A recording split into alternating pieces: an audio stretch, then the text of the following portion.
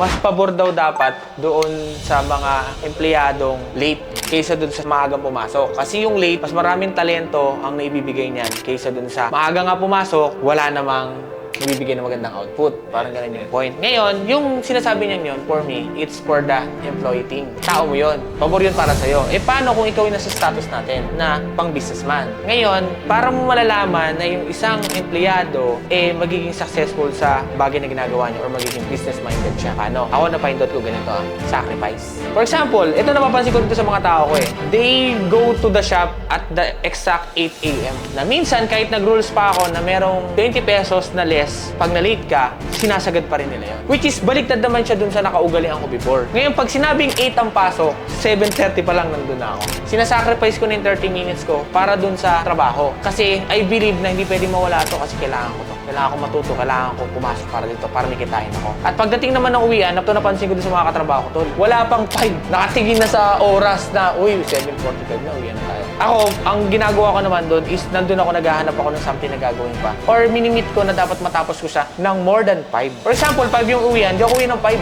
5:15, 5:20, doon mismo yung time na iaalat ko sa kanya. Which is, nagsasacrifice ako pagpasok, nagsasacrifice uli ako pag uwi. Na yung karakter ng isang businessman, nagagawa ko na pala siya before. Na na-apply ko siya sa trabaho ngayon. Kasi ito, lagi ko sinasabi sa mga alaga ko. Ako, kung papasok ako ng alas 8, 7:30 pa lang nandito na ako. Even though sa akin tong shop na to. Kasi pinahalagaan ko to. Ngayon, alam mo yung bakit pumapasok ako ng 9? Kasi dahil ayoko lang makita yung late na nangyayari sa inyo at iniiwasan ko na lang yun. Pero kung papapasukan mo ako, 8 talaga papasok ako dito. Or before 8 pa lang, magbubukas ako ng roll-up, i-arrange ko na kagad sila. Magsasacrifice ako dito.